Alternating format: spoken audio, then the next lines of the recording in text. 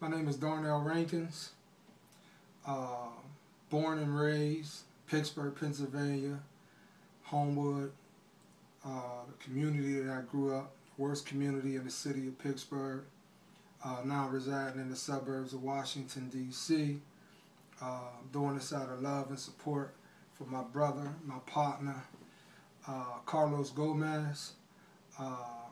It's definitely an honor, and I definitely appreciate him asking me, to be a part of this project. There's a lot of things that I have to say in regards to this man up topic. My defining moment that was coming into masculinity. Never forget, I was on the block with like five of my partners one day, which resided next to old folks' home. An older gentleman called me over one day, and he said to me, "Son, you really don't look like you belong with, the group of guys that you was with." And he said he just wanted to pass on some type of advice for me that I kept with me. And he said, "Son, never just be a part of the ways of the world, but change the ways of the world."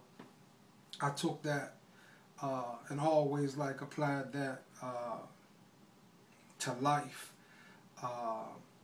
Not just as far as my life, but I think it always been a part of my teaching and trying to go back to my hood and trying to teach kids. Now, they think the drug dealing, the killing, the things of that nature is really what, they call G'd up. But what I think is G'd up, and what I try to teach them what's G'd up, is not just following the path and the structure that society has set up for you,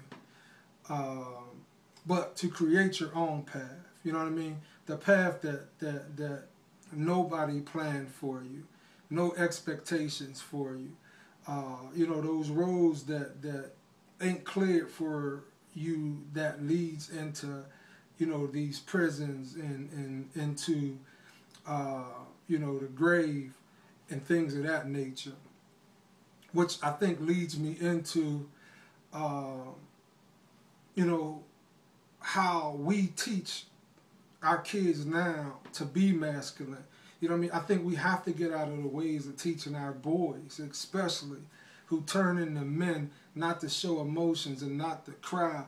And, when they're expressing themselves on that level, I think it is important that our mothers and our fathers today, we have to break the cycle of telling our kids, "Oh, stop crying, you sound like a girl." We have to get out of that way of thinking. We have to start teaching these young boys with some aggression that it's okay to express yourself, that it is okay to show emotions, because what those young boys turn into, what we see today, is men that are able to go out in their communities with their sticks and their AKs and their choppers and to shoot somebody down that looks just like them. And we have to break that cycle at that young age, which ties back into what the older gentleman taught me, which was you have to change the ways of the world. We have to change our way of thinking. I think it's a must based on the communities that brothers like me come from, and it's important.